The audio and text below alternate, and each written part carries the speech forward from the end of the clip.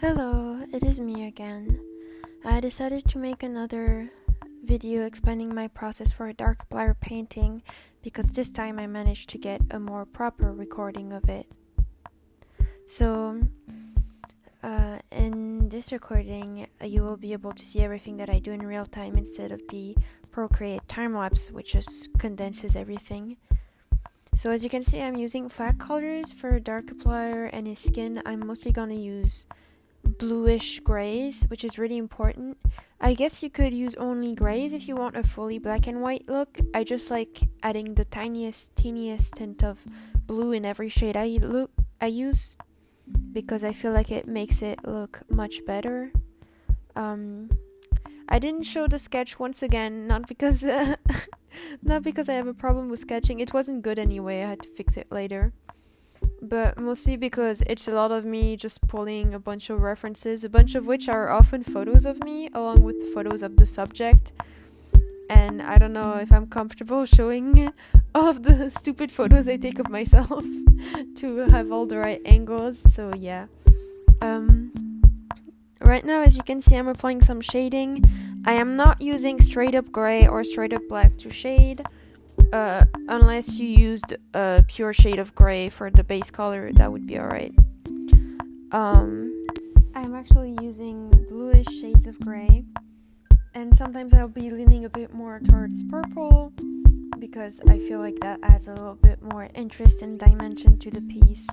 So right now I'm just doing my base shading. Once again, right now I have two layers. I have my sketch/line art layer, and I have the color layer.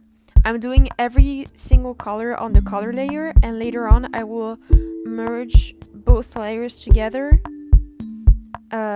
so that I can work on both of them, because I feel like that's much easier.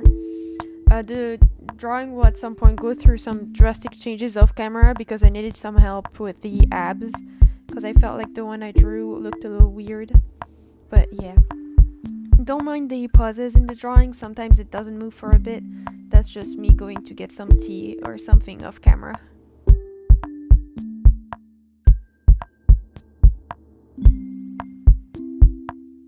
Right now I'm doing a big mistake, is that I'm shading the abs way too intensely in the middle, and as my friend pointed out, it looked like he had 3 belly buttons, which was kind of hilarious for 5 minutes, but then I actually had to fix it.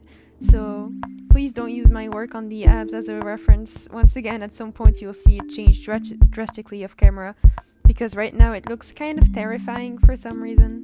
But yeah, I'm using white to start highlighting and adding more contrast to the muscles so that they can be well defined.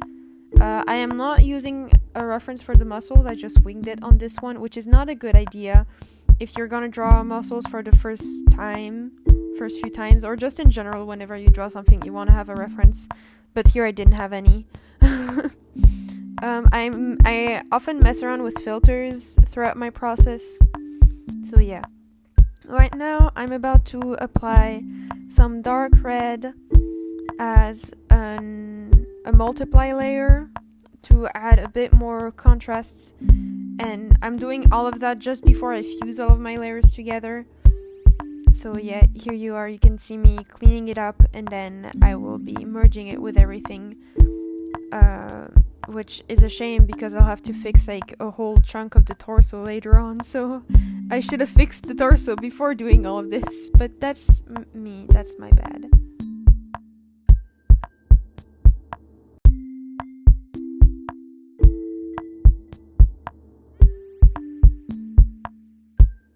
I am currently using my blending tool to blend all of the little shading parts I did, and I think around that time is when I probably realized that there was something wrong with the belly button, but I tried to fix it by shading it still.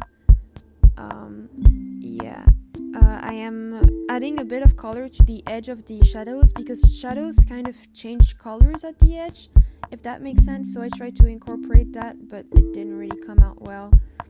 But yeah, here's me. I darkened the piece using a filter, I lowered the brightness, and I'm adding some more white to increase the contrast.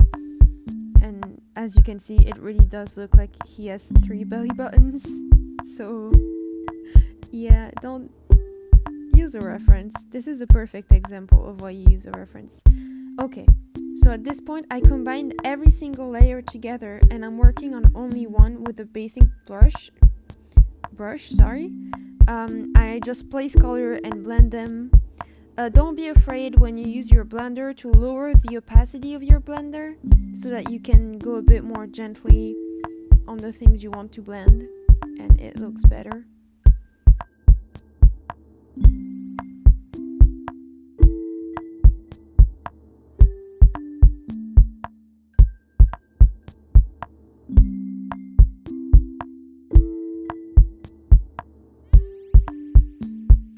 Right now I did some progress off camera because I just simply forgot to record and I'm getting started on the hair.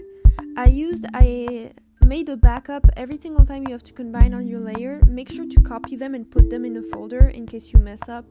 That way you have a backup. So I copied my line art layer from the backup and put it back over top of the hair because all of it had turned black. So I can see all of the strands that I had drawn. And right now I'm slowly redefining it with a lighter color and I'm darkening them with a darker one and I'm slowly going back and forth. Once again, this is with a very basic brush that has nothing special to it. I'm blending everything in, trying to blend those white lines in because I don't need them anymore. So that's what I'm doing right now. And later on I'll be using a sketching pencil type brush to add in some highlights and little stray hairs because hair is not all that clean in clumps. There's little flyaways and strays. Use really small strokes to be able to draw all of the hair. But don't do it everywhere. Don't waste your time drawing individual hair everywhere. It's not even gonna look good in the end. Just do it on a few places like I'm doing. And that will be enough. I'm adding some highlights. Right now, yeah, that's when I switch to the pencil brush.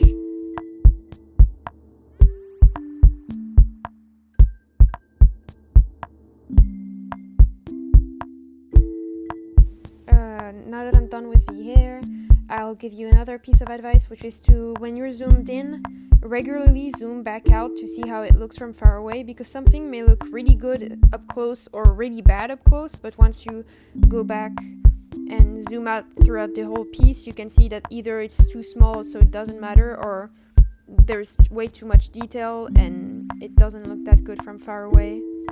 I'm working on a very basic background before getting started on like the final touches. It's like some kind of weird shelf. I don't know what it is. I never do backgrounds, but it's very basic. I'm not really sure what it was meant to be, but aside from books on a shelf.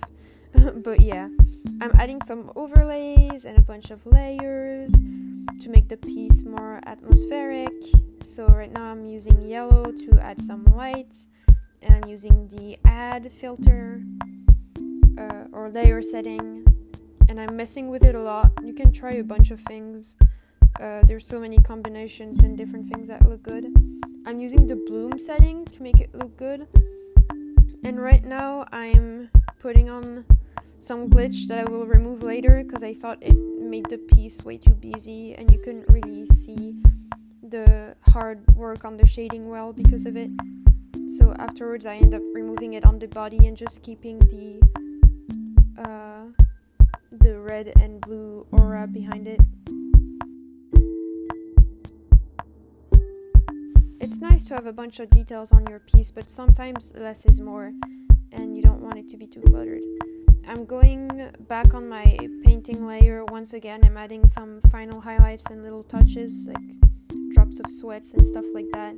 I'm also adding some fogging breath, but I don't think I did too well on that one this time because it doesn't really look like it. But I tried my best anyway.